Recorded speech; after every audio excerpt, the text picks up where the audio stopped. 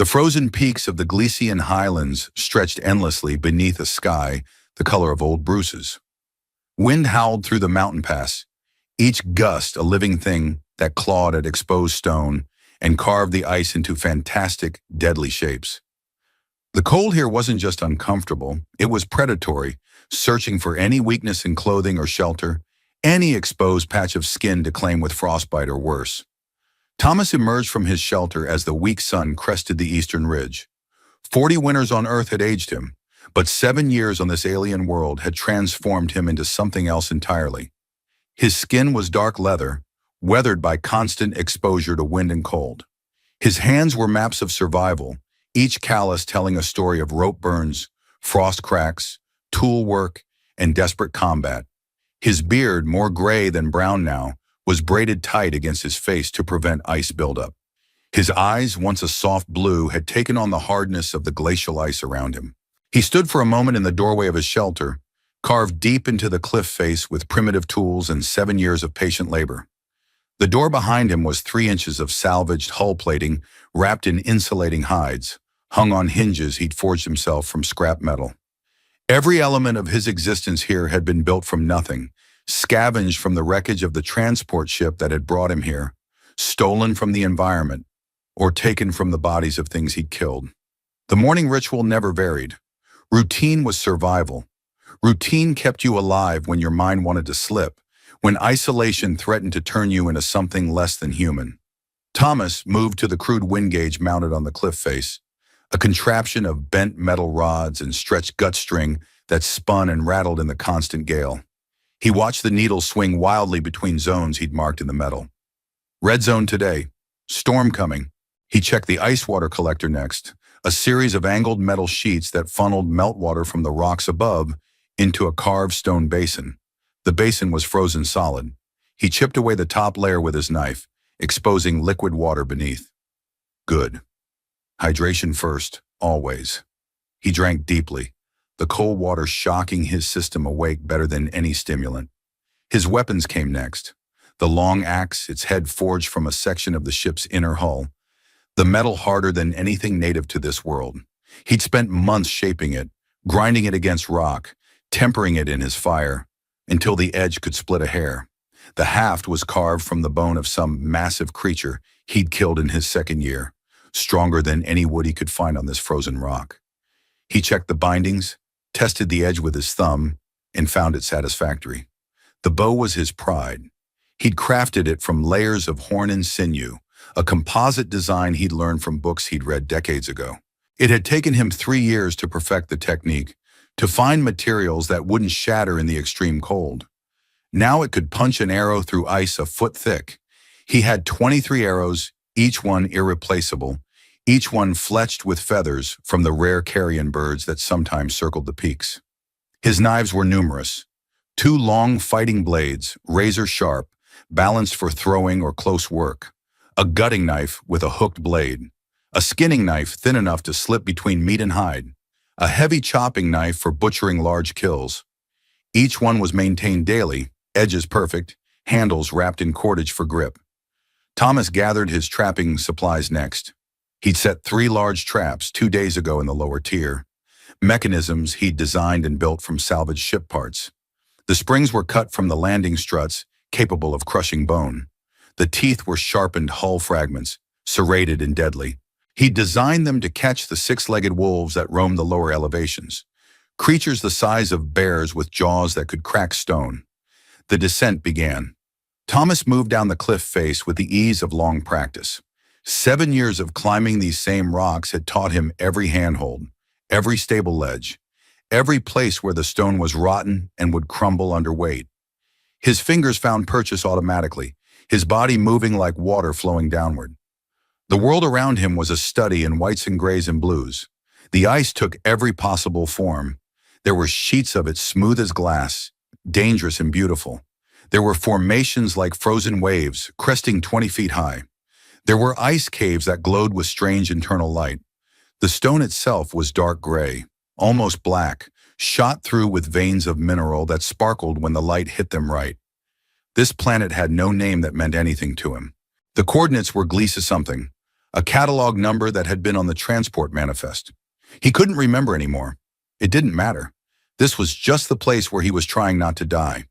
The crash had happened during a storm worse than anything he'd experienced since.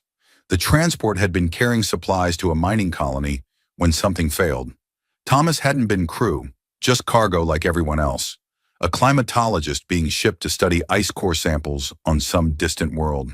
Instead, he'd woken up in the wreckage with a concussion, 3 broken ribs, and the knowledge that everyone else was dead.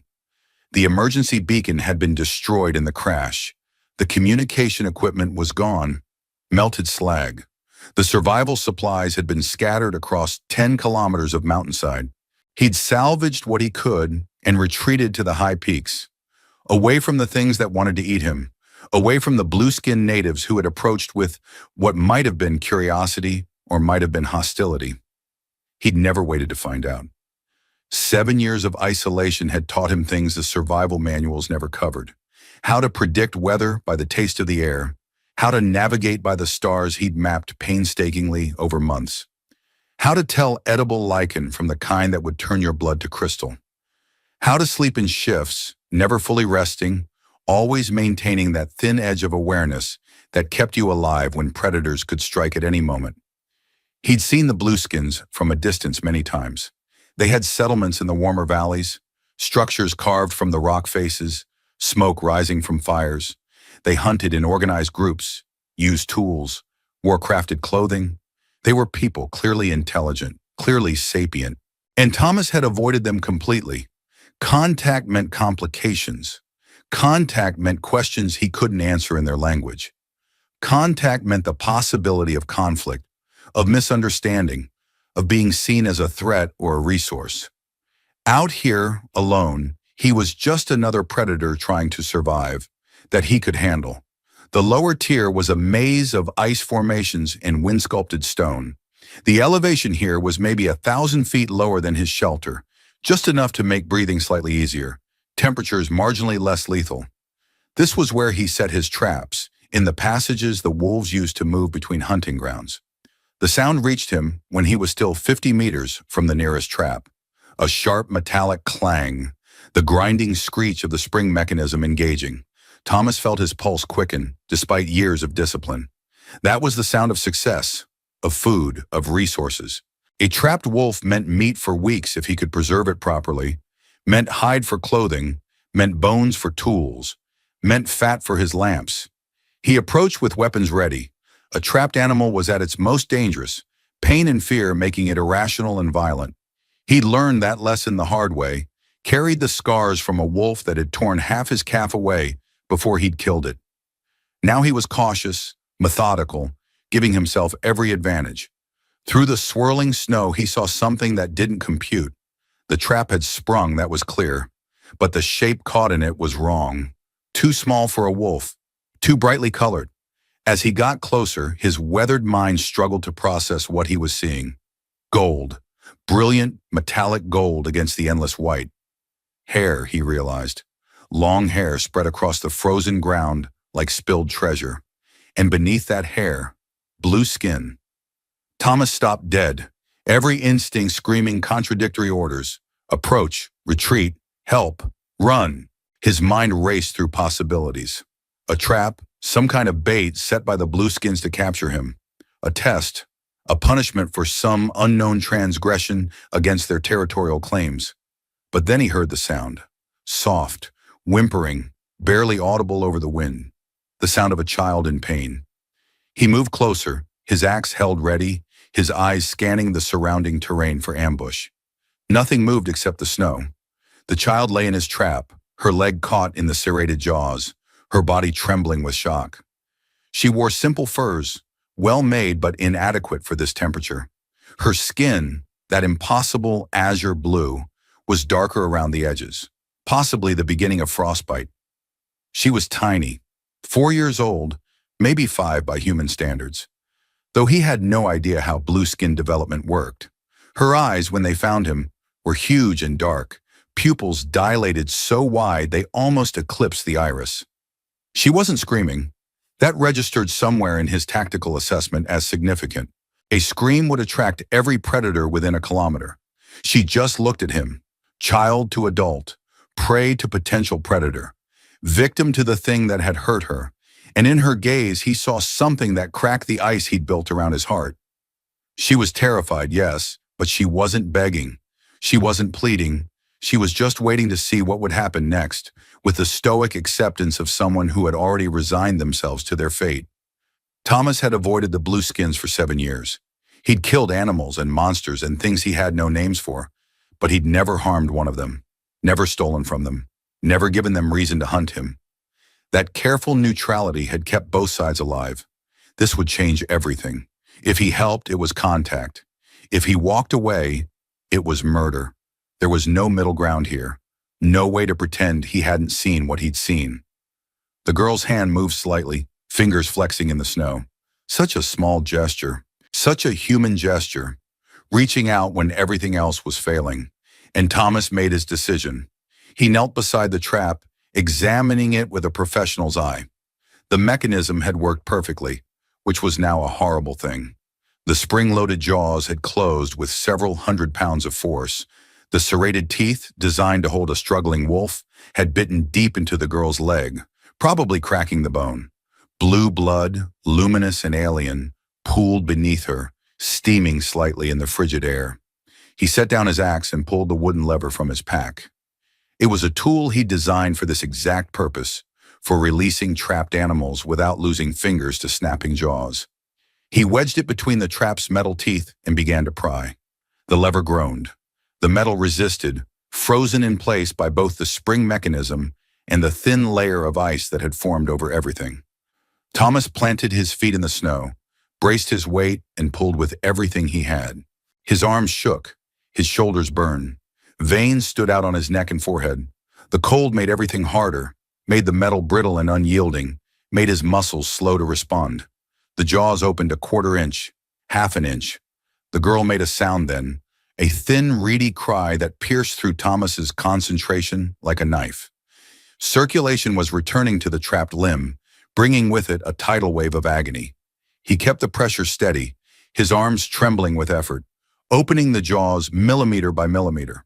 When the gap was wide enough, he grabbed the girl's shoulder with his free hand and pulled her free in one smooth motion. The trap snapped shut behind her with a clang that echoed off the ice walls. Thomas rolled away from it, the girl clutched to his chest, his heart hammering in his ears. She collapsed against the snow, gasping in pain. Thomas examined the wound quickly, his mind cataloging details with the detachment of someone who'd treated too many injuries to count. The bone was cracked, definitely. Maybe fractured completely, he couldn't tell without better light and tools. The trapped teeth had created multiple puncture wounds, deep and ragged. Blue blood flowed freely, not arterial spurting, but steady, concerning. The smell of it hit him then. Alien blood had a distinctive odor, sharp and chemical, like ozone mixed with hot metal. It was nothing like human blood, nothing like the animal blood he'd spilled over the years. And he knew, with absolute certainty, that every predator within a kilometer would smell it too. As if summoned by his thoughts, the first growl rolled across the ice field. Low, hungry, coming from multiple throats at once. Thomas's head snapped up, his eyes scanning the white landscape. There on the horizon, shapes were moving through the snow haze. Lean, predatory forms that flowed over the terrain like water. Snow runners. Not the massive wolves he'd been hoping to catch, but something arguably worse. Six-legged pack hunters, smaller than wolves but faster, meaner, and much smarter. He counted them as they appeared, his gut sinking with each new silhouette. 8, 10, 12. Too many. They were spread out in a loose arc, encircling the blood scent. Classic pack tactics. They'd close in from all sides, harry their prey, wait for exhaustion or a mistake. Thomas had encountered runners before, usually in small groups of 3 or 4. He'd killed several, but a pack this size was unprecedented in his experience. The girl whimpered again, trying to sit up. Thomas made his decision in a heartbeat. He couldn't outrun them carrying her. He couldn't fight them all here in the open. His only chance was the high ground, his shelter, a place he could defend. He tore a strip from his undershirt and wrapped it around the girl's leg. pulling it tight to slow the bleeding. She cried out, a sharp sound that was immediately answered by excited yelps from the runners. They'd heard her. They knew she was wounded. They were coming. Thomas pulled off his heavy outer cloak, the one lined with multiple layers of fur and hide, the one that had kept him alive through 3 winters. He wrapped the girl in it, bundling her against his chest. She weighed almost nothing. Her arms came up automatically, gripping his shirt, holding on with that instinctive trust that all young creatures had. The runners charged. Thomas ran for his life and for hers. Each step was a battle. The snow here was knee-deep in places, each stride requiring him to lift his entire leg and drive it forward. His boots, heavy things, with fur lining and metal-wrapped toes, sank deep with each footfall. The girl's weight threw off his balance, made him adjust his center of gravity with every movement. Behind him, he could hear the runners closing in. Their 6 legs gave them an advantage in this terrain, distributing their weight across more surface area. They could almost skate across the snow while he had to plow through it. The padding of their paws was getting louder, closer. He could hear their panting breath, could hear the click of claws on ice. The cliff face loomed ahead, a sheer wall of dark stone rising into the gray sky. Somewhere up there was his shelter, his weapons, his supplies. All he had to do was climb 40 feet of near-vertical rock while carrying a wounded child and being chased by a pack of alien predators. Simple. A runner lunged at them from the right, jaws open wide, going for the girl. Thomas spun mid-stride, still moving forward, and drew his knife in one fluid motion. The blade caught the creature under the jaw as it sailed past, opening its throat. Blood sprayed across the white snow. The runner tumbled, limbs thrashing, and went still. Thomas didn't pause, didn't watch it die, just kept moving. 2 more came at him from different angles, trying to flank him. He couldn't fight them both and hold the girl, so he jumped. There was a narrow crevasse ahead, maybe 6 feet across, with a sheer drop into darkness. Without the extra weight, it would have been an easy leap. With the girl, it was suicide. But the alternative was worse. Thomas planted his foot on the edge and launched himself into space. For a moment, they flew. The wind screamed past them. The girl's grip tightened painfully on his shirt. Below them, nothing but black emptiness. Then his boots hit the far edge. They hit at an angle, on ice, and immediately started to slip. Thomas threw himself forward, turning his body so he'd take the impact when they fell. They hit the snow rolling, a tangle of limbs and fur in desperation. The girl was torn from his grip by the momentum, tumbling away. Thomas rolled through it, training taking over, controlling the fall, and came up on his feet with his knife ready. The runners had stopped at the edge of the crevasse, snarling and snapping at the air. They were smart enough to know they couldn't make the jump with their body mass, but they were already spreading out, searching for another way across. Thomas had bought himself maybe 20 seconds. He scooped up the girl who was crying now, frightened and hurt and overwhelmed. He pressed her face against his shoulder, muffling the sound. Then he started climbing. The rock face was familiar territory. Every handhold was mapped in his muscle memory, but he'd never climbed it one-handed, and never with a child on his back. The girl understood what was needed without words. She wrapped her arms around his neck, her legs around his waist, making herself as small as possible. Thomas climbed. His right hand found holds, tested them, pulled. His feet found purchase on ledges smaller than his fingertips. His left arm held the girl against him, taking weight that his climbing hand should have shared. The muscles in his back and shoulders burned. His fingers, already cold, started to go numb. 10 feet up. 20. A runner found a path along the cliff face, using a narrow ledge that Thomas had never noticed before. It was coming fast, showing the kind of agility that made these creatures so dangerous. Thomas couldn't fight it and hold on. His options were limited. When the runner lunged, Thomas did the only thing he could. He caught it. His left hand, still clutching the girl against him, shot out and grabbed the creature by its throat. It was a desperate move, one that violated every climbing instinct. His entire body weight, plus the girl's, plus the runner's, was now supported by his right hand gripping a rock outcropping. Something in his shoulder made a sound like tearing fabric. Pain exploded through his arm, but he held on. He squeezed the runner's throat, feeling cartilage crush under his fingers. The creature thrashed, its 6 legs scrabbling at his arm, claws tearing through his sleeve and into flesh. But Thomas was operating on pure survival instinct now, and he did not let go. The runner's struggles weakened. Thomas felt its windpipe collapse completely.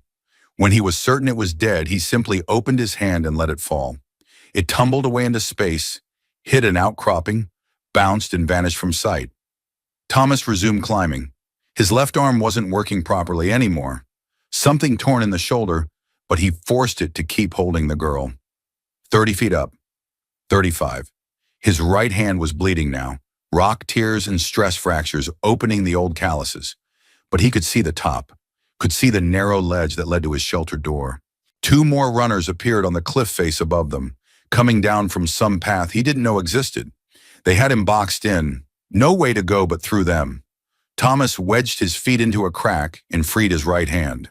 He pulled his knife from his belt, the blade slick with blood from the first runner he'd killed. The first runner came fast, confident in its numbers. Thomas waited until it was committed, until its weight was entirely on its front 4 legs. Balance gone. Then he drove his knife into its eye socket, punching through into the brain. The creature spasmed, lost its grip, and fell away with his knife still embedded in its skull. The second runner was more cautious. It had seen its packmates die. It crouched on a ledge 10 feet above, snarling, waiting for Thomas to make a mistake. But Thomas was out of time and out of patience. He pulled his secondary knife, a smaller blade with a weighted pommel, and threw it. The knife spun once and buried itself in the runner's chest. Not a killing blow, but enough to shock it off balance. The creature's claws scrambled for purchase on the icy ledge, found none, and it tumbled backwards with a shriek that was almost human. Thomas climbed the last 5 feet with his arms shaking, his vision graying at the edges. He dragged himself and the girl onto the narrow ledge and collapsed, gasping. The girl was still clinging to him, whimpering softly. He could feel her trembling, could feel her heart racing against his chest. He forced himself to his feet. The shelter door was 20 feet away along the ledge. Behind them, below them, he could hear the pack regrouping. They weren't giving up. They'd find another way up. He had minutes at most. The door was solid, reinforced, the product of years of paranoid engineering. Thomas kicked it open, carried the girl inside, and slammed it shut behind them. The bolt slid home with a satisfying thunk of metal on metal. Inside, the shelter was warmer by maybe 15 degrees, just enough to stop the immediate process of freezing. The fire pit in the center held dead coals. The lamp, filled with rendered animal fat, was unlit. But it was shelter, and shelter meant a fighting chance. Thomas laid the girl on his work table, a slab of ship decking supported by stone pillars he'd carved from the living rock. The single overhead lamp hung from a metal hook driven into a crack in the ceiling. He sparked his flint striker, lit the wick, and weak yellow light filled the space. The girl looked up at him with those huge dark eyes, and Thomas saw his own reflection in them. A wild man, more beast than human.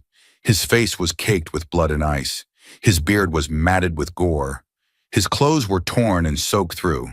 He looked like death, and he could see the fear in her eyes. But there was something else there too. Hope, trust.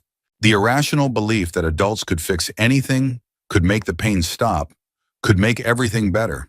Thomas hadn't seen that look in 7 years, hadn't seen another sapient being's face in 7 years.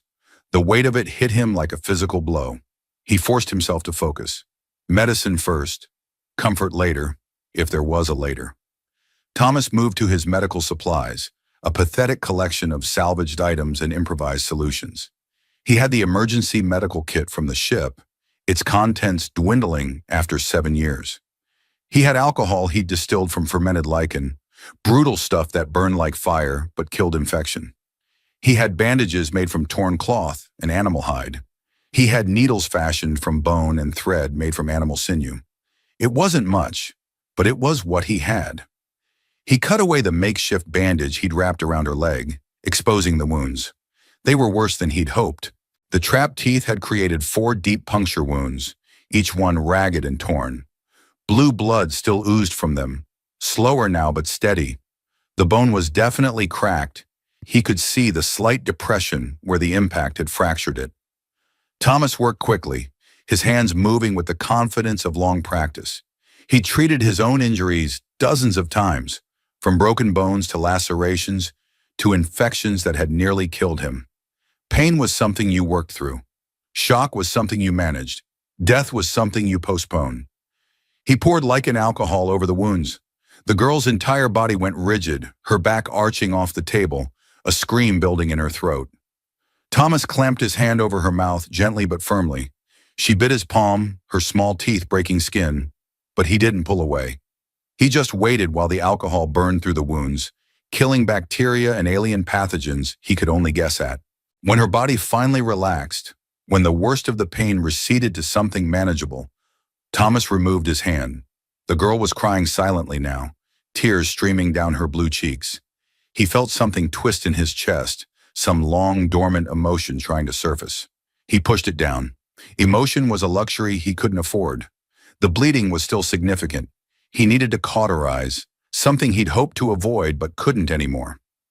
Thomas moved to the fire pit, stirring the coals back to life, adding small sticks until flames began to lick up. He selected one of his knives, a straight blade with a wide flat surface, and pushed it into the hottest part of the fire. While the blade heated, Thomas fashioned a splint from two thin pieces of salvaged aluminum and strips of leather. The girl watched him work, her breathing shallow and rapid. She was going into shock properly now, her body's response to trauma and blood loss. That was actually helpful in a grim way. She'd feel the next part less. When the blade glowed red, Thomas pulled it from the fire. The girl saw it and understood. She grabbed the edges of the table with both hands, her knuckles going darker blue. She didn't scream this time, didn't even cry out. She just pressed her lips together and nodded once, a gesture of consent and courage that made Thomas pause for a heartbeat. Then he pressed the hot metal to the worst of the puncture wounds. The smell of burning flesh filled the small space, acrid and wrong. The girl's body convulsed, every muscle going taut. Her hands gripped the table so hard the wood creaked, but she didn't scream. She just endured, tears streaming, body shaking, but silent. Thomas worked quickly, cauterizing each wound, sealing blood vessels, creating scar tissue that would hopefully hold. When he finished with the last one, the girl finally made a sound, a long, shuddering exhale that was half sob and half sigh of relief. Her hands loosened on the table. Her eyes fluttered closed. He applied his remaining antibiotic ointment, salvaged from the ship's medical kit, to each wound. Then he wrapped them in clean bandages, layering them carefully, and secured the splint to her leg with methodical precision. The girl was unconscious now, shock and exhaustion finally claiming her. That was probably for the best. Thomas wrapped her in every spare fur he had, building a nest of warmth around her small body.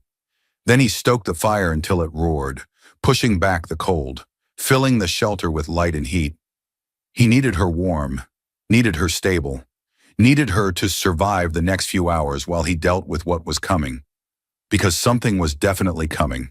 He could hear it outside, the scraping of claws on stone, the low growls and snarls of communication. The pack hadn't left. They were regrouping, strategizing, preparing for a coordinated assault. Snow runners were smart enough to learn from their mistakes, smart enough to plan. Thomas moved to his weapon wall, where axes, spears, knives, and his bow hung from wooden pegs driven into cracks in the stone. He took stock of his arsenal with a tactical eye. The long axe, his primary weapon. The short axe, better for close quarters. 3 spears with bone tips for throwing or thrusting. His bow and 23 arrows. More knives than he could count. A club made from a chunk of volcanic rock wrapped in leather. He checked each weapon systematically. Edges sharp? Yes. Binding secure? Yes. Balance correct? Yes. This was his ritual, the thing he did before any potentially fatal encounter. Make sure your tools won't fail you, because in the moment of truth, you won't have time to fix them. The shelter shook from a massive impact against the door. Then another. The runners were testing its strength, probing for weaknesses. Thomas had built this door to withstand wolves, but he'd never expected it to face a coordinated assault from a pack this size. He looked at the girl sleeping in her nest of furs, at her small chest rising and falling with steady breaths. He thought about his life over the past 7 years, about survival as the only goal, about the gradual erosion of everything that made him human. He thought about the man he'd been before the crash, the scientist who studied ice cores and worried about tenure and argued with colleagues about data interpretation. That man was gone, dead in the crash or dead in the years that followed. The thing that remained was a survivor, pure and simple, a creature that had stripped away everything soft to become something hard enough to endure. But looking at the girl, Thomas remembered something. Remembered that humans didn't survive just by being the strongest or the fastest or even the smartest. Humans survived by protecting each other, by making choices that put others before self, by standing between the vulnerable and the darkness. That was what separated them from the animals. That was what made them people instead of just clever beasts. Another impact, harder this time. The door's frame cracked, small splits appearing in the wood. They'd break through eventually. The question was whether Thomas could kill them all before they overwhelmed him through sheer numbers. He looked at his shelter, at 7 years of accumulated survival. The sleeping platform, the storage shelves, the fire pit, the tools, the preserved food, the water collection system, everything he'd built, everything he'd managed to create from nothing. It had kept him alive, but it was just a place, just stone and metal and leather. It could be replaced, rebuilt. The girl couldn't. Thomas made his decision. He wouldn't wait here like a cornered rat. He wouldn't let them choose the time and place of battle. He'd take the fight to them, on his terms, in terrain that favored him over them. Behind his shelter, carved into the cliff face, was a natural feature he'd discovered his first week here. The locals called it something in their language that he'd translated roughly as the throat. It was a narrow chimney in the rock, a vertical passage maybe 3 feet wide that wound back into the mountain for several hundred feet before opening to the outside world again. Only one creature could pass through at a time. It was a natural choke point, a killing ground. Thomas picked up the girl as gently as he could. She stirred but didn't wake, her head lolling against his shoulder. He carried her into the throat, moving carefully in the darkness, his feet finding the path by memory. 20 feet in, there was a small cave-in, a pile of rocks that had fallen from above to create a sheltered alcove. He laid her there, stacking stones around her to form a protective wall, leaving just enough space for air to reach her. He crouched beside her for a moment, looking at her face in the dim light filtering from behind. She looked peaceful, almost serene, despite the bandages and the splint and the lingering traces of pain on her features. He reached out and touched her hair, that impossible golden color that seemed to glow even in shadow. It was soft, finer than human hair, with a texture he couldn't quite describe. Thomas pulled his hand back, surprised by the gesture. When had he last touched another being gently? When had he last done anything that wasn't purely functional, purely about survival? He couldn't remember. He stood up, rolling his shoulders, checking his weapons one final time. The long axe in his hands, the short axe on his belt, knives everywhere, his bow and arrows slung across his back. He was as ready as he'd ever be. Thomas positioned himself at the entrance to the throat where it opened into his shelter. This was where he'd make his stand. The doorway would channel them, force them to come at him in a line rather than all at once. The narrow space would negate their numbers. It was the best tactical position he could ask for. The door exploded inward with a splintering crash. Wood fragments flew across the shelter. 3 snow runners burst through simultaneously, driven by hunger and pack fury. They were beautiful in their way, lean muscle and deadly purpose, their blue-gray fur rippling over powerful limbs. Their eyes glowed in the firelight, reflecting red like devils. Thomas met them with his axe. The weapon was perfectly balanced for this kind of work, the long haft keeping them at distance, while the heavy blade did its brutal job. The first runner leaped for his throat. Thomas stepped into the attack, turning slightly, and caught it mid-air on the axe blade. The creature's own momentum drove the edge through its ribs, nearly splitting it in half. Blood sprayed in a wide arc. The second came low, trying to get under his guard. Thomas reversed his grip and brought the axe down overhand, the blade catching the runner between its shoulders, punching through the spine.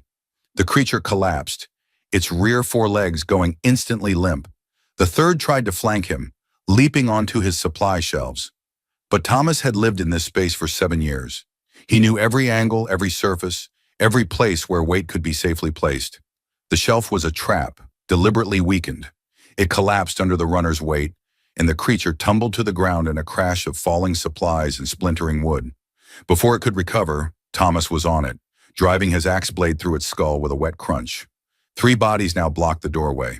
The other runners would have to climb over their dead packmates to enter, slowing them down, giving Thomas precious seconds between attacks. He used those seconds to kick over his lamp. The rendered fat spilled across the floor, thick and viscous. It caught fire immediately from the nearby coals, flames spreading in a bright yellow wave. Thomas had planned this, had positioned flammable materials strategically around the shelter for exactly this scenario. The fire caught on his sleeping furs, on the dried grasses he used for insulation, on the wooden supports of his shelves. Within seconds, the shelter was filled with smoke, thick, choking, caustic smoke that burned the eyes and lungs. The runners that made it through the door became disoriented immediately, coughing and snapping at shadows. Their sense of smell, their primary tracking sense, was overwhelmed by the smoke. They couldn't see, couldn't breathe, couldn't function. But Thomas could. He'd spent 7 years in this space, had walked it blind, had memorized every measurement, every obstacle, every feature. He moved through the smoke like a ghost, his axe abandoned now, too long for the close work required. He drew his fighting knives, one in each hand, blades balanced for both cutting and thrusting. A runner loomed out of the smoke. Thomas sidestepped its blind charge and opened its throat in passing, arterial blood spraying. Another came from behind. Thomas spun and drove both knives into its skull, one through each eye socket, angling up into the brain. The creature dropped like a puppet with cut strings. The heat was becoming intense. The roof was catching now, dried grass and wooden bracing igniting in a whoosh of flame. Thomas could feel his skin blistering from the heat, could smell his own hair singing. But the fire was doing exactly what he needed. It was driving the runners back, panicking them, breaking their coordinated attack into individual chaos. He fought his way toward the throat entrance, backing into the narrow passage. A runner followed him in, driven by hunger or rage beyond reason. In the confined space with only one avenue of attack, Thomas had total advantage. He planted his feet, waited until the creature was committed to its charge, then drove both knives under its jaw, angling up into the brain cavity. The runner's momentum impaled it fully on the blades.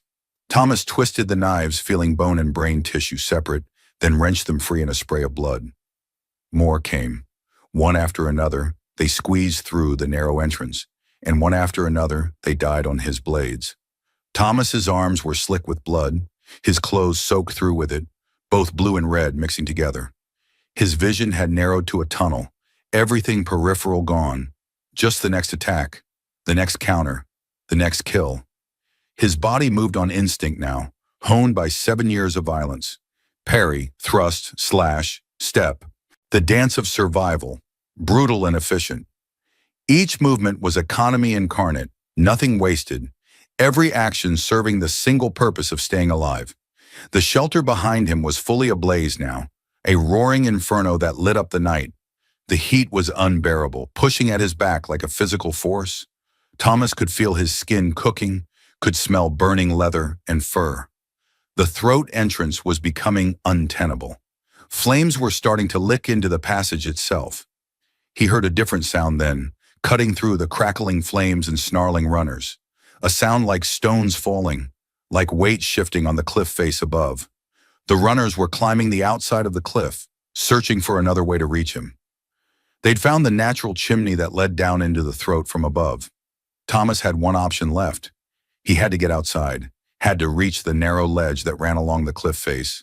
It was insane, suicidal even. The ledge was maybe 18 inches wide, covered in ice, running along a sheer drop of several hundred feet. But in that space, the runner's numbers would mean nothing. Only balance would matter, only precision. And Thomas had been climbing these cliffs for 7 years. He emerged onto the ledge as the first runner dropped down from above. The storm was at its peak now, wind howling at speeds that threatened to tear him from the mountain. Ice crystals filled the air like tiny knives, each gust cutting into exposed skin. The temperature had dropped catastrophically, the kind of cold that could freeze a man solid in minutes. The ledge stretched about 20 feet in one direction before ending in a sheer drop. In the other direction, it connected to a wider shelf that led up to the mountain's peak. Runners were approaching from both sides, 5 from below, more from above. Thomas was boxed in, nowhere to run, nowhere to hide.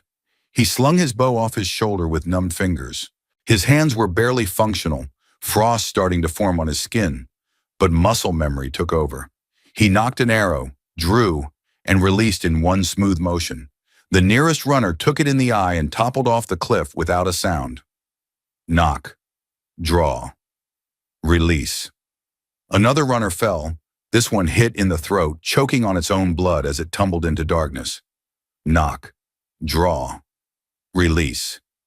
This arrow glanced off bone, only wounding.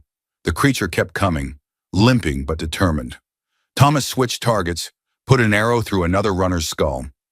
4 left on the ledge, plus the wounded one, plus however many were still climbing down from above. He dropped the bow and drew his remaining knife. The wounded runner reached him first, 3 of its 6 legs useless but still fighting. Thomas sidestepped its awkward lunge and kicked it off the ledge. It fell screaming into the void. 2 runners came at him simultaneously from different directions. Thomas braced against the cliff wall and let them come. At the last second, he dropped flat, and the 2 creatures collided above him, their momentum carrying them over the edge together. Their howls faded into the wind, 2 left on the ledge, but more were coming. He could hear them on the rock face above, their claws scraping stone. He looked up and saw at least 6 more descending, moving with the kind of desperate speed that preceded a final assault. The temperature was plummeting. Thomas could barely feel his hands anymore. Ice was forming in his beard, on his eyelashes, in his nostrils. His wounds, which had been bleeding freely during the fight, were starting to freeze, the blood turning to slush. That was bad. That meant he was losing core temperature, his body prioritizing vital organs over extremities.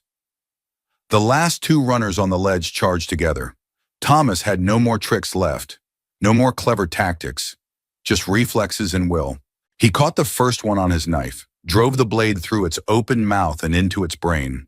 The creature's momentum carried it forward, tearing the knife from his grip and nearly pulling him over the edge. He held on to the rock face by pure instinct, his frozen fingers finding holes he couldn't feel. The second runner was on him before he could recover. Its jaws clamped onto his shoulder, teeth punching through leather and cloth and skin, grinding against bone. Pain exploded through his system, sharp and hot and immediate. Thomas grabbed the creature's lower jaw with one hand, its upper jaw with the other, and pulled in opposite directions with everything he had left. The runner's jaw dislocated with a pop. Then the hinge broke entirely, Thomas's desperate strength tearing through muscle and tendon. The creature released him and fell away, its ruined mouth leaking blood. It tried to find purchase on the icy ledge with its remaining legs, failed and tumbled off the cliff. Thomas collapsed against the rock wall, gasping. His shoulder was a mass of fire, blood pouring down his arm. He looked up at the cliff face above him and saw the mass of runners descending. 10, 11, 12. Too many, far too many. And at the head of the pack, moving with deliberate, terrifying precision, was something larger than the others. The Alpha, a massive specimen with a scar running across its entire face, taking out one eye but somehow making it more frightening, not less. It was twice the size of the others, its muscles rippling under blue-gray fur, its remaining eye glowing with intelligence that bordered on sapient.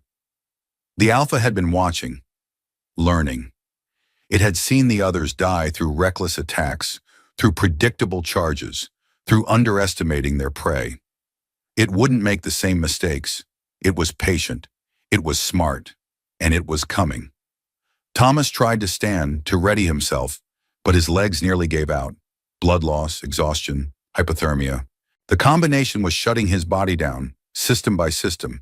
He'd pushed too far, asked too much of flesh and bone. The machine was breaking down. The Alpha reached the ledge, pulled itself up with powerful muscles, and stood facing him. The other runners hung back, deferring to their leader's authority. This was personal now. This was about dominance, about establishing who was predator and who was prey. Thomas tried to draw his secondary knife, the small backup blade he kept in his boot. His fingers wouldn't cooperate. Too numb, too damaged. The knife clattered to the ground. He looked at his empty hands, at the blood dripping from his fingers, at the way they shook uncontrollably. This was it then. This was how it ended. Not with a bang, but with a whimper, his body finally giving out when he needed it most. The Alpha studied him with its one good eye, calculating, assessing threat levels. Thomas could see the intelligence there, could see it weighing its options. And what it saw was a defeated opponent, wounded, exhausted, finished. Thomas swayed on his feet, barely able to keep his balance on the icy ledge. He let himself look beaten, let his body language communicate surrender. It wasn't hard. He was beaten. But in the small corner of his mind still capable of tactical thinking, he was forming one last plan, one final desperate gambit. The Alpha charged, not a wild rush but a calculated attack, speed controlled, weight distributed perfectly for the icy terrain. Its claws found purchase on stone, its massive body flowing forward with deadly grace. 20 feet, 15, 10. Thomas waited. His hand, hidden against his leg, gripped the edge of a rock outcropping. 5 feet. The Alpha gathered itself for the killing leap. Thomas let himself fall backward, his hand releasing the rock, his body dropping toward the ledge surface. The Alpha leaped, its trajectory perfect for where Thomas had been standing. But Thomas wasn't there anymore. He was falling, sliding on the ice beneath where he'd stood.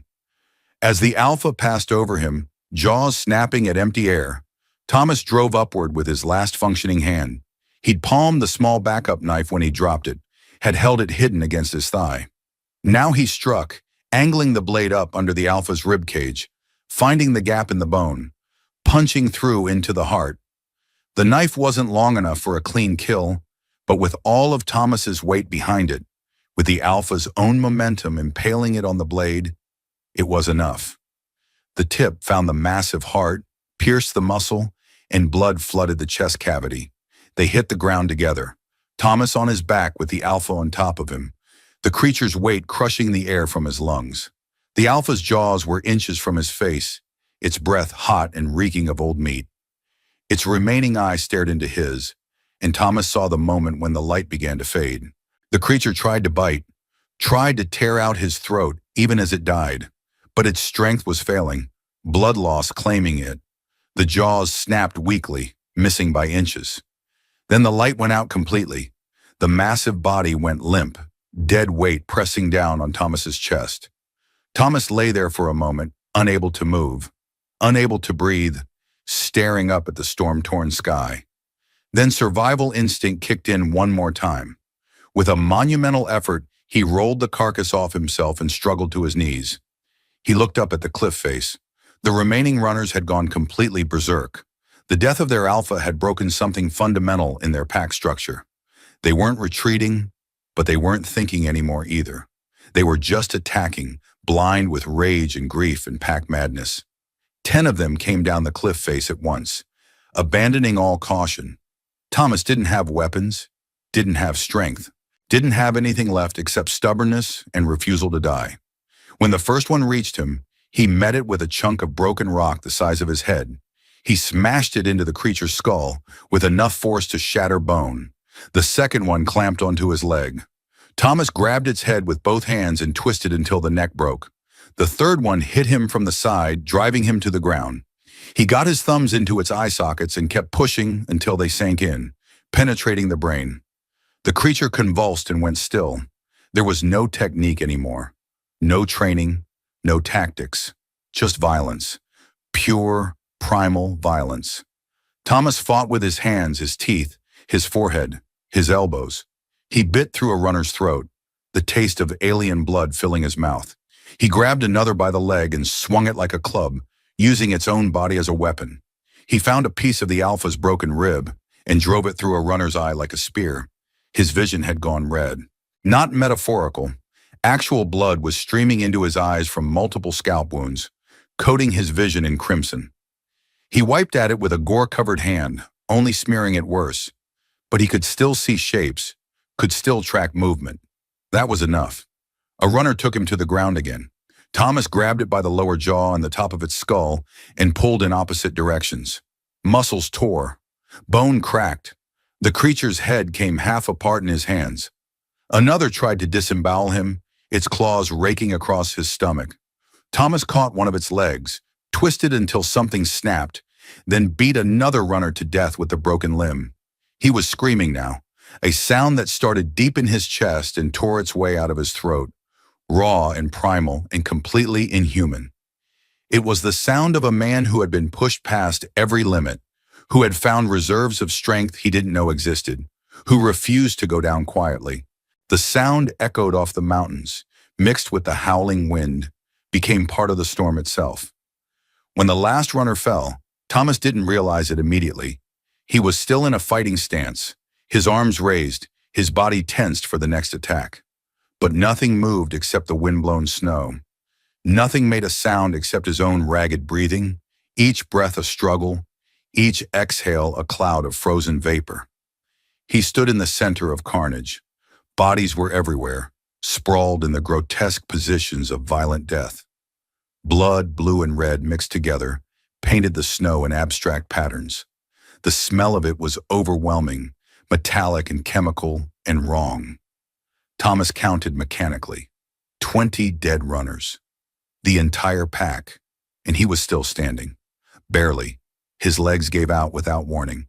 He collapsed to his knees, then to his side, his body finally done. The cold rushed in immediately, that dangerous cold that meant hypothermia, meant shutdown, meant death. He knew he should move, should get to the girl, should check on her, but his body wouldn't respond to commands anymore. He'd asked too much of it, and it was done obeying. Snow began to cover him, accumulating on his still form. Ice formed on his wounds, sealing them but also robbing him of precious warmth. His breathing slowed, each breath more shallow than the last. The cold crept inward, shutting down extremities first, working toward his core.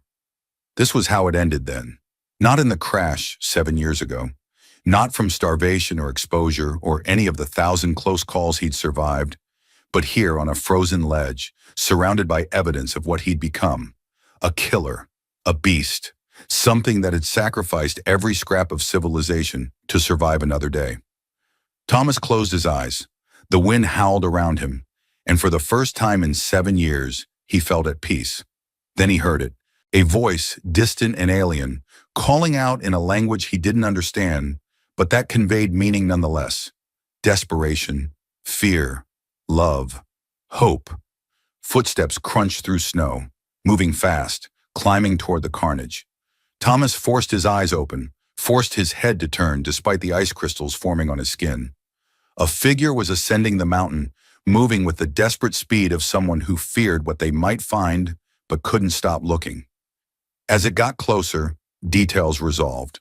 Blue skin, luminous even in the dim light. Gold hair streaming in the wind, long and beautiful and so out of place in this frozen hellscape.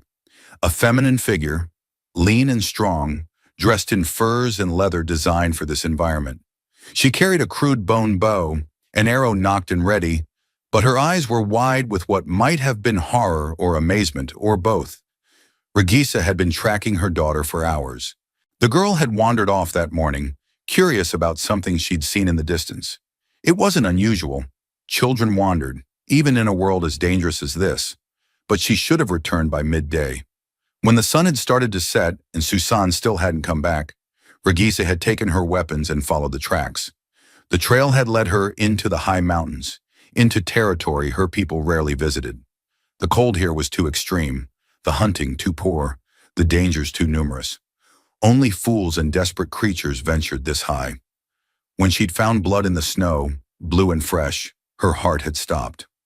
Now as she crested the final rise and saw what lay before her, Regisa froze in place. Her bow lowered automatically, forgotten. Her breath caught in her throat. For a moment she couldn't process what she was seeing. It was too much, too impossible, too beyond anything she'd imagined. 20 dead runners? 20. Scattered across the blood-stained snow like broken toys. Some were missing heads, some were torn apart, Some were barely recognizable as the predators they'd been. And in the center of it all, covered in blood and ice and gore, sitting with his back against a rock, was a human. Regisa had heard of humans. Legends mostly, stories traded between settlements. Aliens from the stars who had crashed here years ago. Most were presumed dead. A few were said to still survive in the most remote regions. Ghosts that appeared and disappeared like smoke. Her people left them alone. Partly from respect, partly from caution, partly from simple lack of contact. She'd never seen one before. Never thought she would. But there was no mistaking what this creature was. The pale skin, or what was left of it under the blood. The wrong-colored eyes, faded and strange. The build shorter than her people but broader, more muscular, proportioned differently. Alien, other, dangerous. He held a massive axe loosely in one hand, its blade chipped and dull from use. His eyes were half closed, his face a mask of frost and gore and exhaustion. He looked like death itself, like some spirit of violence and survival made flesh. Raisa felt ice form in her own blood, fear gripping her in a way the runners never had. Her daughter? Where was her daughter? Had this creature killed her too? Was that why the human had fought the runners? To protect his kill? Regisa raised her bow again, arrow aimed at the human's chest, her hands shaking not from cold but from rage and terror. The human saw her, his eyes focused briefly, registering her presence. But he didn't move, didn't raise his weapon, didn't even try to defend himself.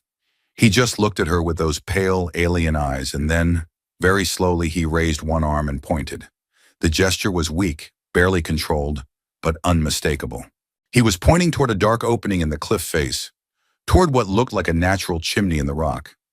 Regisa kept her bow aimed at him, but moved around the bodies, giving the human a wide berth, approaching the opening he'd indicated. She peered into the darkness, her eyes adjusting slowly. At first she saw nothing. Then she heard it, a small sound, a soft whimper, her daughter's whimper. Regisa plunged into the passage, abandoning caution, her bow clattering against stone walls. 20 feet in, she found her. Susin was curled in a makeshift shelter of stones, wrapped in foreign furs that stank of alien sweat and blood. But she was alive.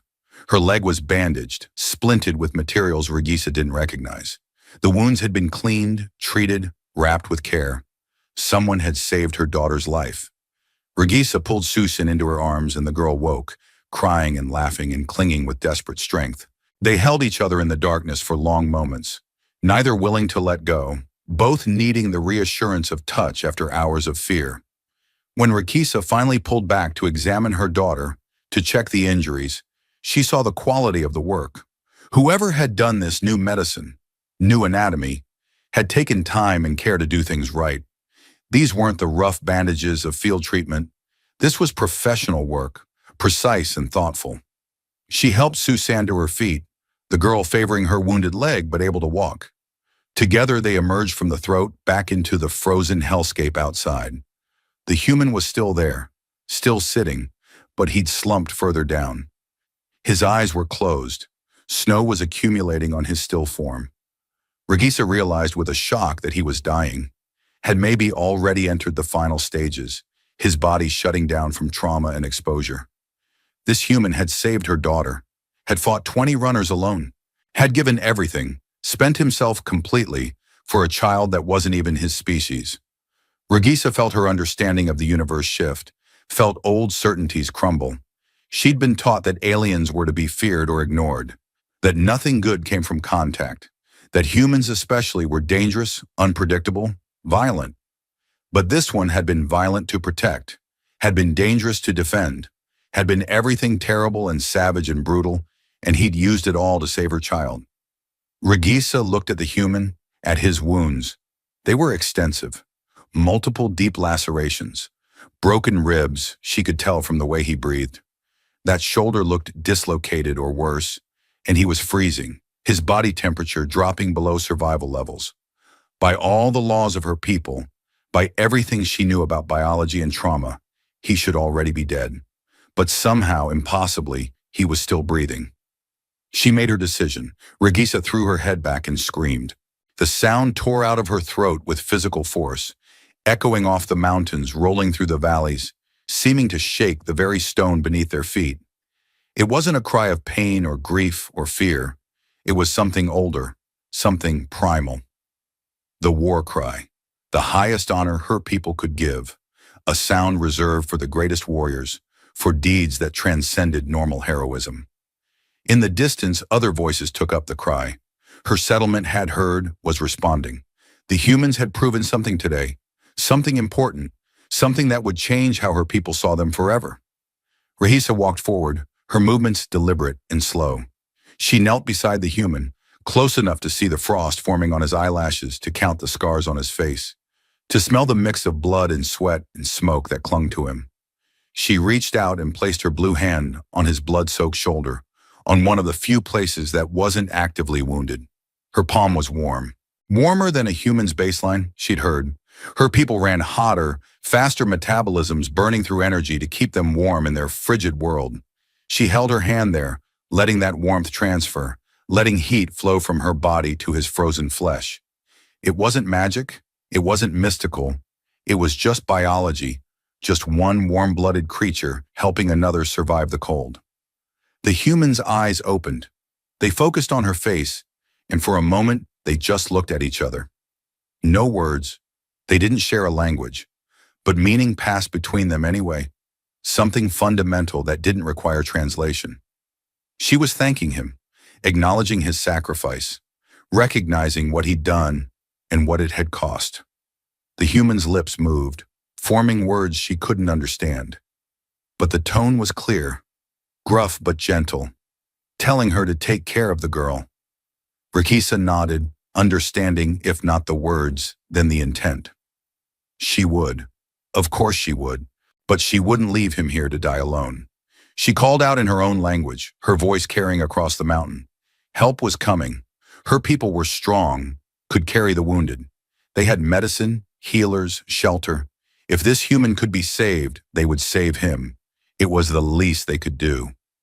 Susan limped over, small and frail looking in her mother's borrowed furs. She looked at the human, at the man who had fought monsters to protect her. Without fear, without hesitation, she reached out and took his hand. Her small fingers wrapped around his gore-covered palm, and she held on with surprising strength. The human looked at the girl, and something crossed his face. Surprise, maybe, or wonder. His fingers tightened fractionally, returning the grip, a gesture of connection that cost him everything he had left. Regisa helped him to his feet. Thomas swayed, nearly fell, but she supported his weight. Between the two of them, mother and daughter, they kept him upright. He took one step, then another. Each movement was agony, his body barely responding, but he moved. Because she needed him to, because the girl was holding his hand and looking up at him with those huge dark eyes, and he couldn't let her see him give up. The storm was breaking, the clouds were parting, shredding in the high-altitude winds. And as they stood there, the three of them, the sun finally emerged. Galice's distant sun, cold and pale, but light nonetheless.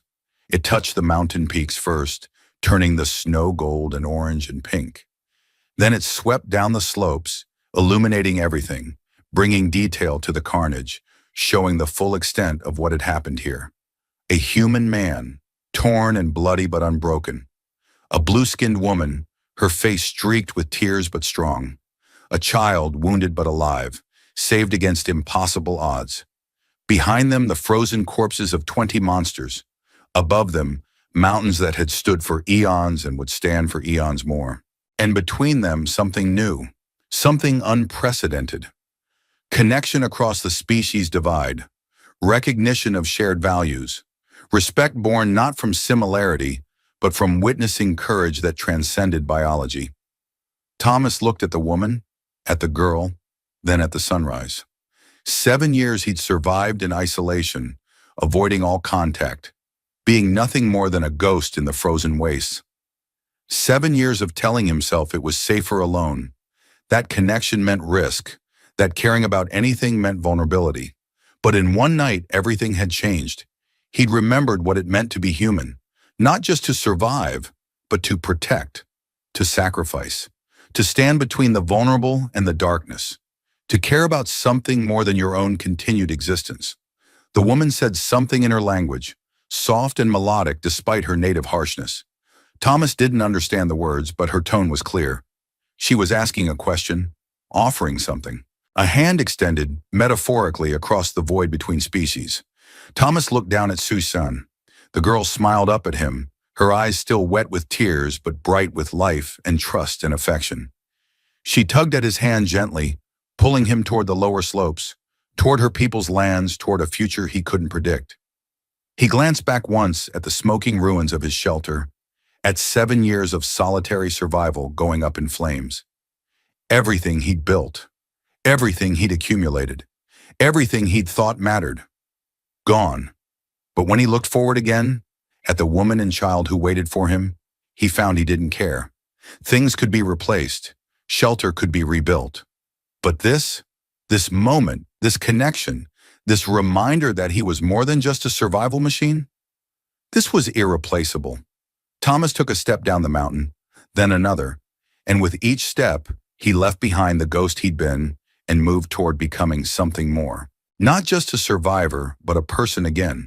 Not just an alien on a hostile world, but someone who had proven that humanity's greatest strength had never been physical might or tactical brilliance. It was the ability to choose compassion in the face of cruelty, to choose sacrifice in the face of safety, to choose connection in the face of isolation. The three of them descended together as the sun climbed higher, warming the frozen world, melting the ice in places, creating small streams that trickled down the mountainside. The storm was over, the killing was done, and in its place something new was beginning. In the valleys below, word was already spreading. Rahisa's settlement was gathering, preparing to receive them. The story was racing ahead like wildfire, carried from one person to another, growing with each telling but keeping its essential truth. A human had faced 20 runners alone, had bled for a child not his own, had proven that courage and honor weren't bound by species or origin. Thomas walked down the mountain, supported by Regisa, guided by Susan, leaving behind him evidence of what he'd done. The bodies would freeze solid within hours, become part of the landscape, eventually buried by snow. But the memory would remain, would spread, would change things. He didn't know any of this yet. He just focused on the next step, the next breath, the simple task of staying upright and moving forward. His wounds screamed at him. His body demanded rest. But the small hand in his gave him strength. The woman's steady presence gave him support, and somehow he kept going.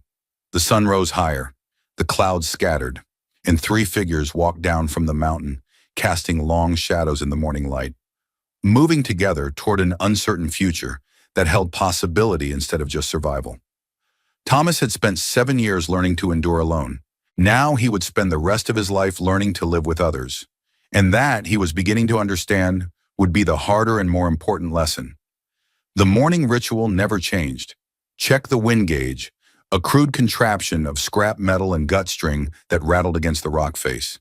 The needle swung wildly, indicating another storm building on the horizon. Thomas grunted, pulled his fur cloak tighter, and began his descent down the cliff face toward the lower tier where he'd set his traps 3 days prior.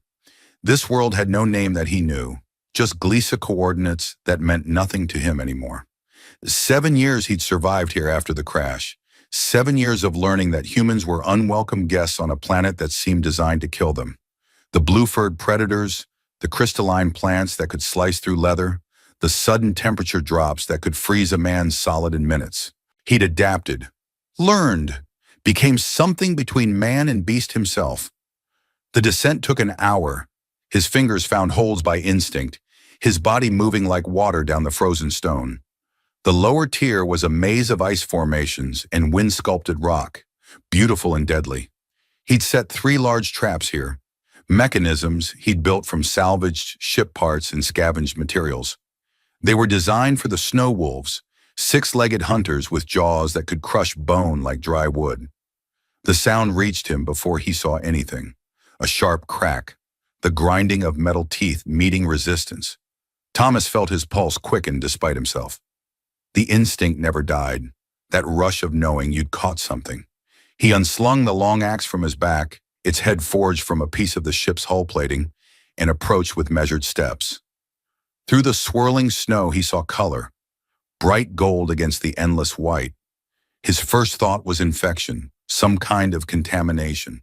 But as he drew closer, his weathered brain processed what his eyes were showing him. A child lay in the trap's iron jaws.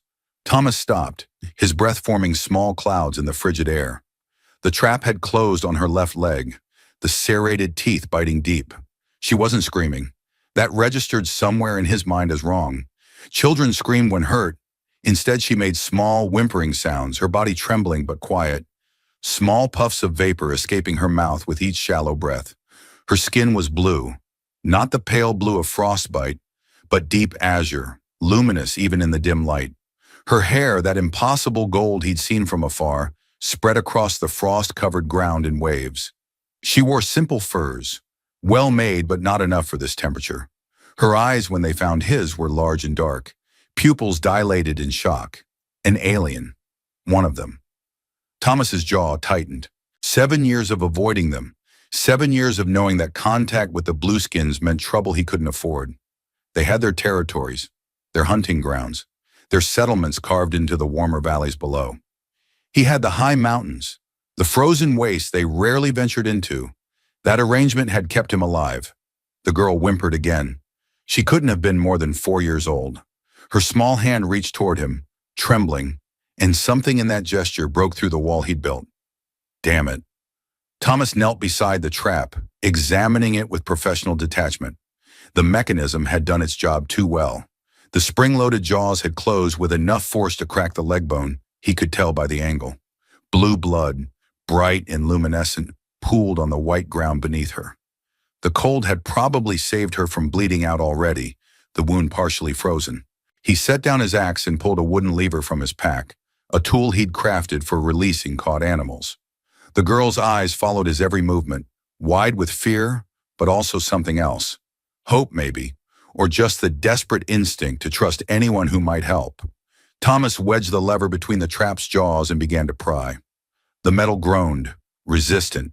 He planted his feet, muscles straining, veins standing out on his neck.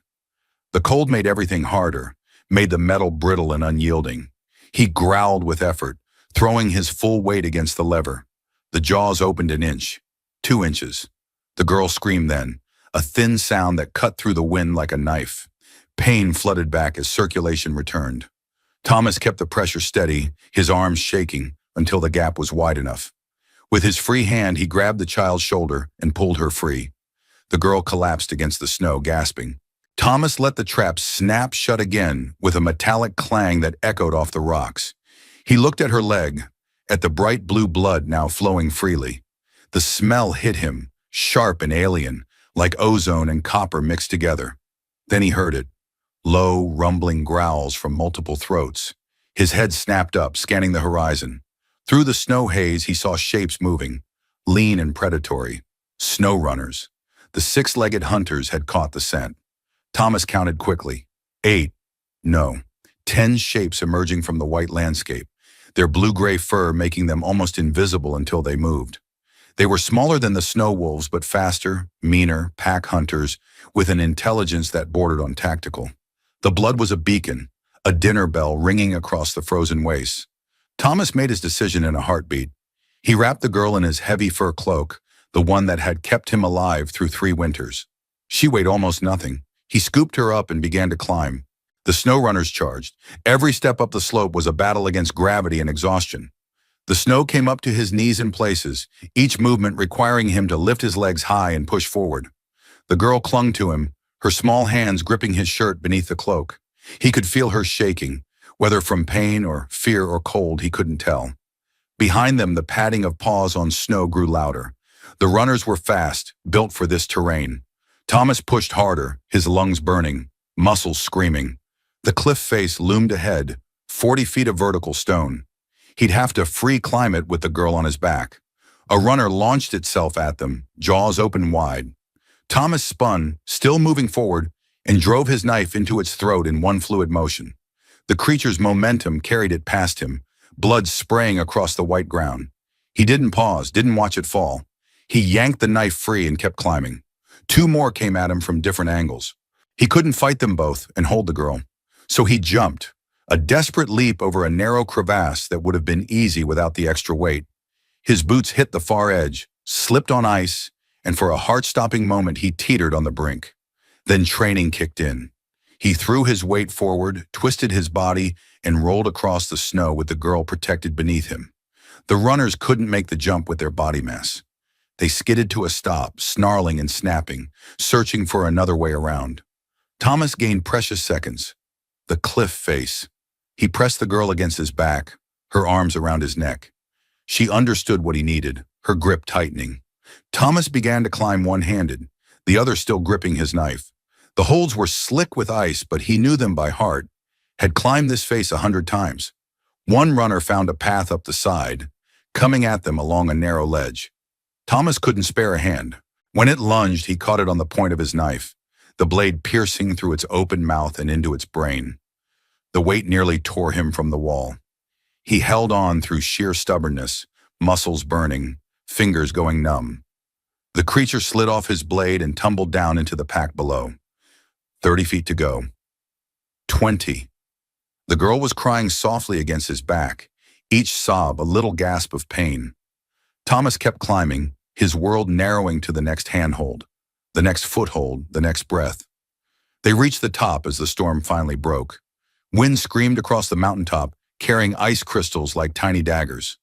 Thomas stumbled toward his shelter, carved into the cliff face, reinforced with salvage hull plating and layers of packed snow. The door was thick wood, braced with iron. He kicked it open, carried the girl inside, and slammed it shut behind them, throwing the bolt. The shelter was one room, maybe 15 feet square. A stone fire pit in the center, smoke venting through a crude chimney. Shelves carved into the rock held his meager supplies. A sleeping platform covered with furs. A work table made from ship decking. And weapons. Axes, knives, spears. A bow with 24 arrows. The tools of survival. Thomas laid the girl on the table under the single lamp, a cup of rendered fat with a twisted wick. The light was weak but steady.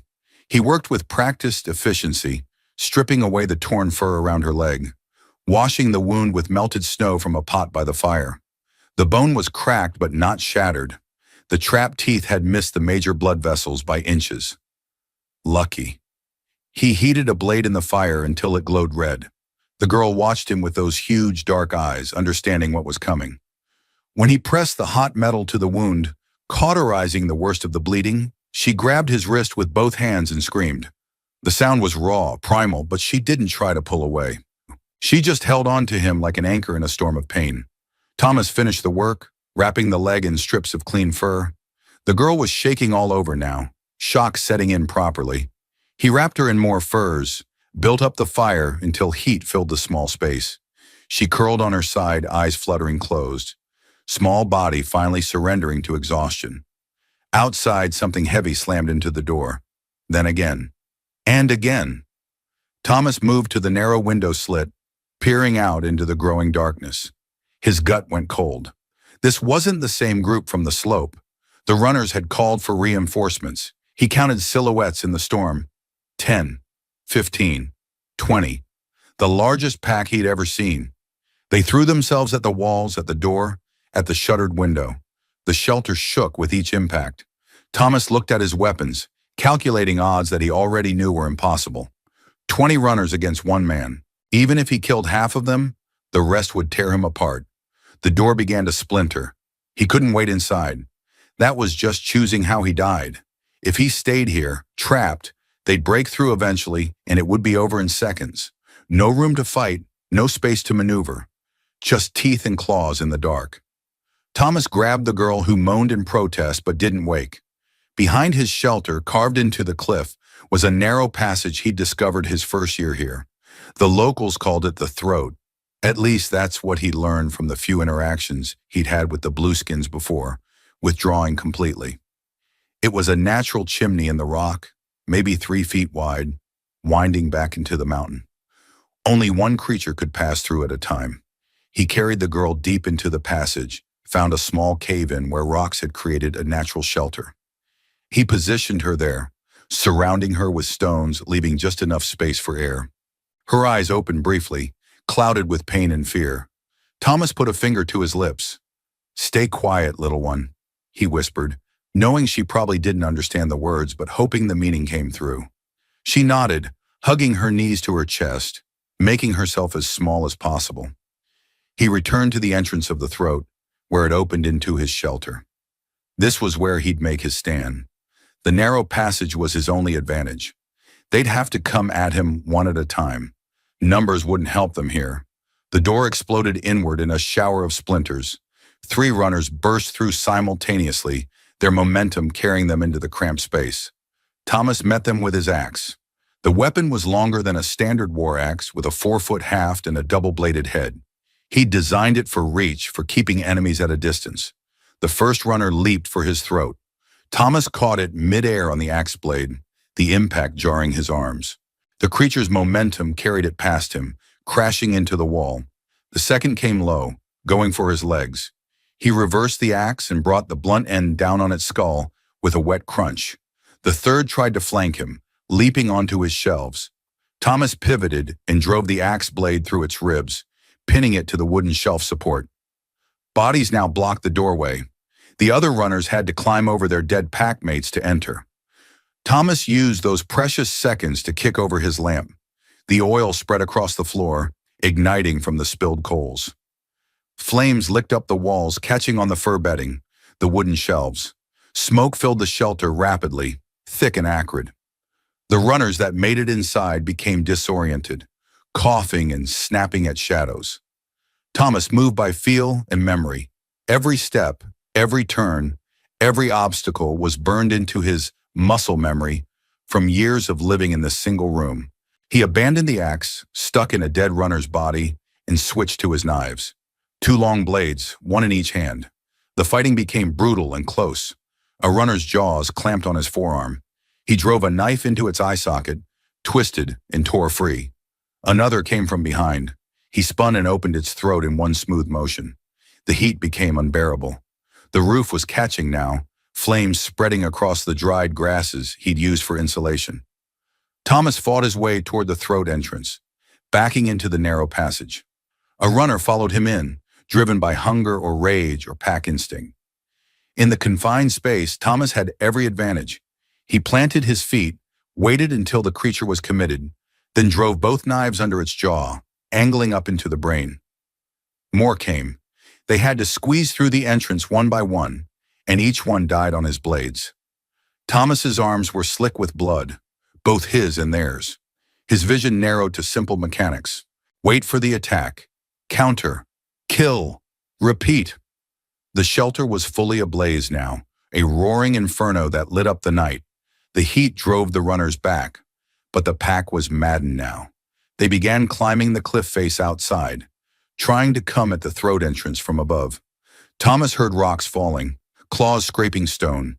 They were on the roof of the passage, trying to break through. He looked at the natural chimney rising above him, at the narrow ledge that led out to the cliff face proper. He had one chance. He emerged onto the ledge. The storm raged around him, wind threatening to tear him from the mountainside. Below was nothing but darkness and the distant sound of crashing ice. Above, the cliff face rose into shadow. And in front of him, the ledge extended maybe 20 feet before ending in a sheer drop. 5 runners were already on the ledge, approaching from both directions. Thomas drew his bow. His fingers were stiff with cold, clumsy, but years of practice took over. He knocked an arrow, drew, released. The nearest runner took it in the eye and toppled off the cliff. 4 left. He fired again. Throat shot. 3 left. Another arrow. This one glanced off bone, only wounding. The creature kept coming. 2 left, plus the wounded one. Thomas dropped the bow and drew his remaining knife. The wounded runner reached him first, limping but determined. He sidestepped its lunge and kicked it off the ledge. The other 2 came simultaneously. The temperature plummeted. The storm was reaching its peak, the kind of cold that could freeze exposed flesh in minutes. Thomas felt ice forming in his beard, on his eyelashes. His wounds were starting to go numb, which was either very good or very bad. He caught the first runner on his knife, but its momentum carried them both to the edge. Thomas felt his boots slide on ice, felt gravity pulling at him. He fell backward, the runner on top of him, and for a moment they teetered on the brink. Then his free hand found a crack in the stone. He held on with everything he had while gravity tried to claim them both. The runner's weight pulled the knife free from its body. It fell away into darkness, its howl fading into the wind. Thomas clung to the rock with one hand, his legs dangling over emptiness, body swaying in the gale. The last runner on the ledge approached, taking its time. It could see he was finished. Thomas tried to swing his legs up, to find purchase, but his strength was failing. His fingers were slipping. The runner crouched, ready to pounce. Thomas had one play left. He let go. For a heartbeat, he fell. Then his other hand shot out and grabbed the runner's foreleg as it leaped. The creature's own momentum carried it over the edge, and its weight gave Thomas the counterforce he needed. He swung his body up, released the leg, and his boots hit stone. The runner plummeted, screaming into the void. Thomas stood on the ledge, breathing hard, watching the burning wreckage of his shelter. Runners were still circling below, but fewer now. He'd killed maybe a dozen, but they weren't giving up. The smell of blood, the taste of it in the air, had driven them into a frenzy. A new sound cut through the storm, a deep rumbling growl that made the others go quiet. Thomas felt his blood run cold. He knew that sound. The Alpha, the creature that emerged from the darkness below, was twice the size of the others, a massive specimen with a scar running across its entire face, taking out one eye. It had survived something terrible and become stronger for it. The pack parted for it, deferring to its authority. The Alpha didn't rush. It climbed the cliff face with deliberate care, eyes fixed on Thomas. It was smart, this one. It had watched the others die, learned from their mistakes. It wouldn't make the same errors. Thomas retrieved his fallen bow, checked his remaining arrows. 3 left. He knocked one and waited. The Alpha reached the ledge, pulled itself up with powerful muscles, and stood facing him. They were maybe 10 feet apart. Thomas fired. The Alpha dodged, faster than something that size had any right to be. The arrow sparked off stone. Thomas knocked his second arrow, drew, aimed for the good eye. The Alpha feinted left, went right. The arrow missed by inches. 1 arrow left. Thomas drew it, but didn't knock it. Instead, he stood there, bow lowered, breathing heavily. He swayed slightly as if struggling to stay upright. His knife hung loose in his other hand. He looked defeated, finished. The Alpha studied him, calculating, weighing. Then it saw what it wanted to see. A wounded animal, easy prey. It charged. Thomas waited. The ledge was icy, treacherous. The Alpha's charge was controlled but fast, claws finding purchase on stone. 20 feet, 15, 10. Thomas dropped the bow and arrow, fell backward onto the ice, and let momentum slide him under the Alpha's leap. As the massive creature sailed over him, he drove his knife up with both hands, finding the gap between the ribs, angling for the heart. The blade sank deep. The Alpha's own weight and momentum did the rest. Thomas felt the tip punch through muscle, cartilage, into the vital organ beyond. Blood poured over his hands, hot even in the freezing air. They hit the ground together, Thomas on his back with the creature on top of him. The Alpha's jaws snapped inches from his face, its breath hot and reeking. Then the light went out of its remaining eye. The massive body went limp. Thomas lay there for a moment, crushed under the dead Alpha's weight, staring up at the storm-torn sky. Then pain hit him like a hammer. His ribs were cracked, maybe broken. The gashes on his arms and torso burned like fire. He was losing blood. Too much blood. With a monumental effort, he rolled the carcass off himself and struggled to his knees. The surviving runners were going mad. The death of their Alpha had broken something fundamental in them. They weren't retreating, but they weren't attacking with strategy anymore either. They were just killing machines, blind with rage. 10 of them came at him all at once. This was no longer a fight. This was butchery. Thomas met them with a piece of broken rock the size of his head. When that shattered against a skull, he used his knives. When he lost those in bodies, he used his hands. When a runner clamped onto his shoulder, he grabbed its lower jaw and ripped it open, tearing muscle and tendon. He was no longer thinking. He was pure instinct, pure survival drive. He bit, he gouged, he broke necks with his bare hands. He became the thing he'd been fighting against for 7 years, more animal than man, a creature of blood and violence and refusal to die. His vision went red, not metaphorically.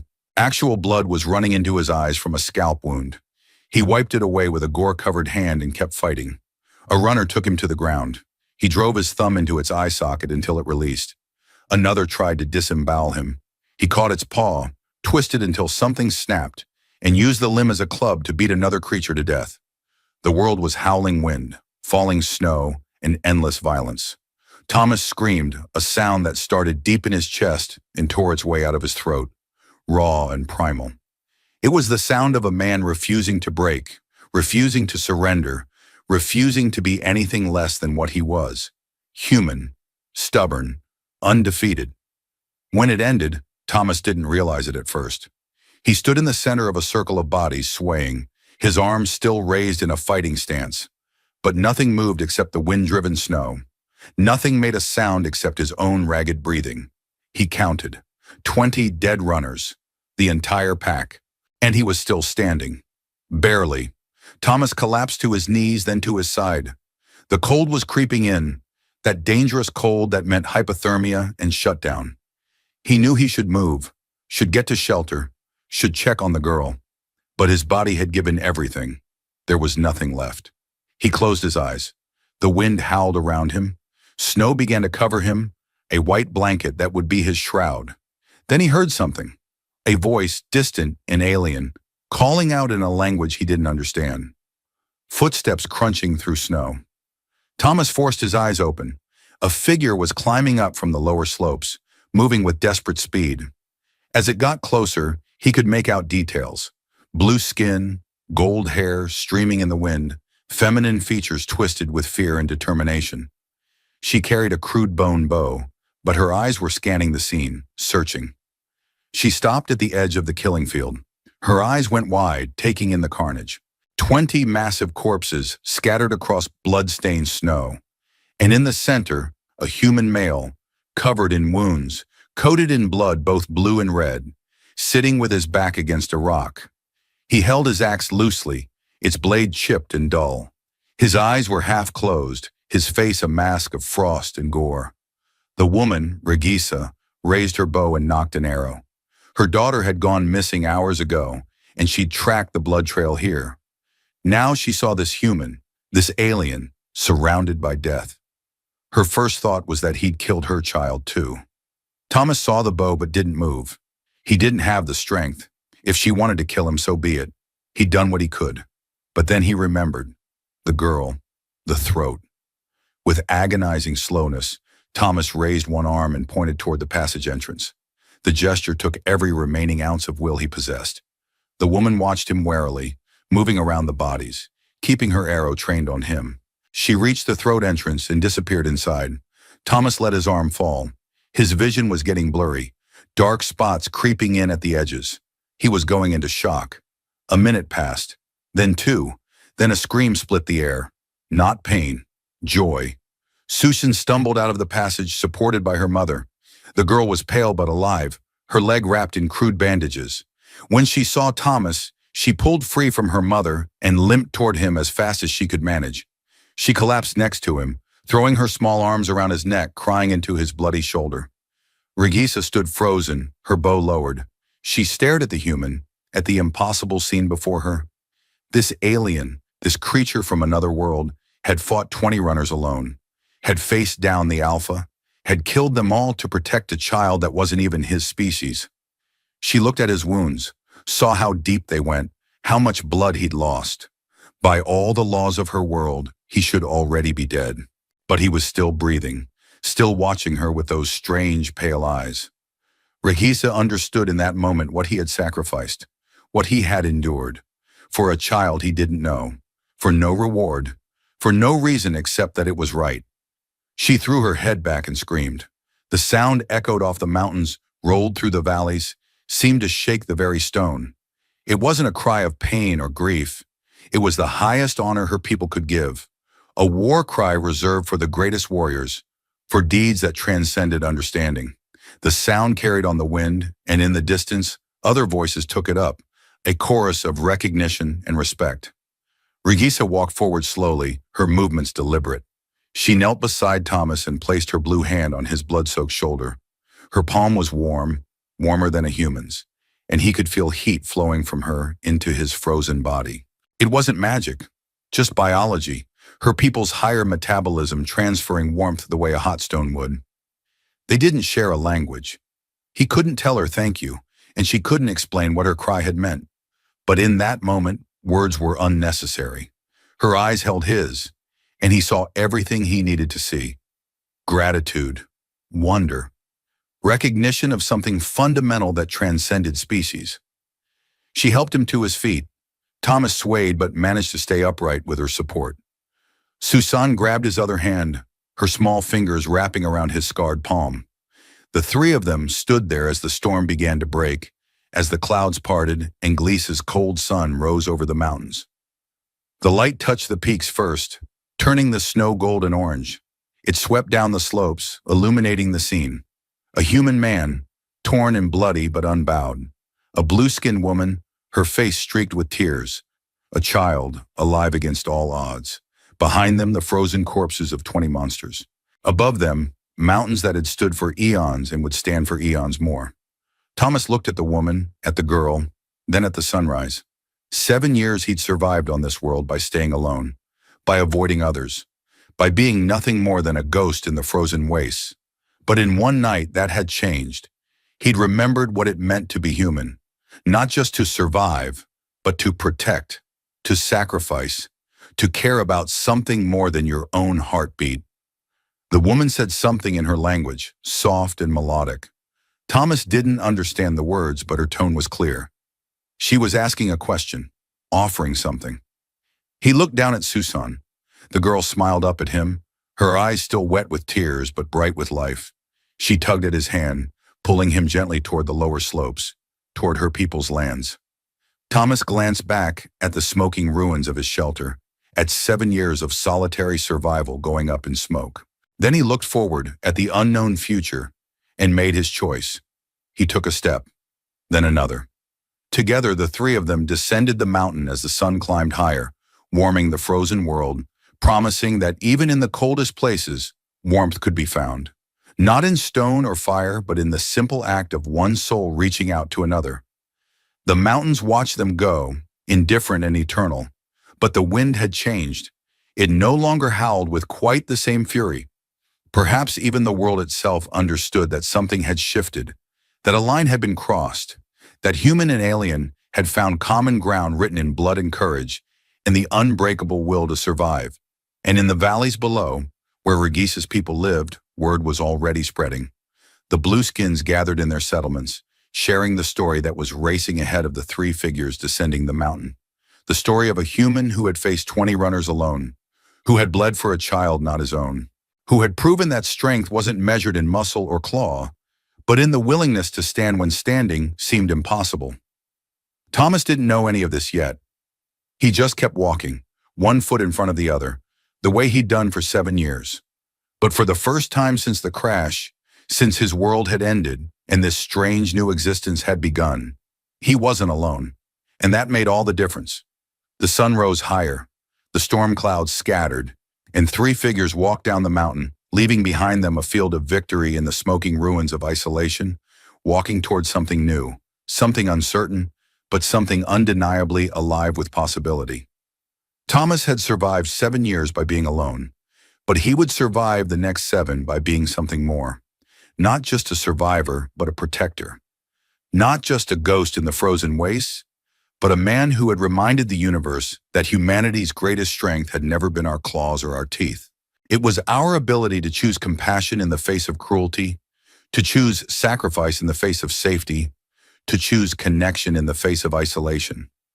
The mountains bore witness, the wind carried the tale, and somewhere in the vast expanse of the galaxy, on a world whose name Thomas would never learn, a man had become a legend without even knowing it. But legends could wait. For now there was just the warmth of a child's hand in his, the steady presence of a mother beside him, and the long walk down toward a future he couldn't predict but had chosen to face anyway. The killing was over. The surviving could begin.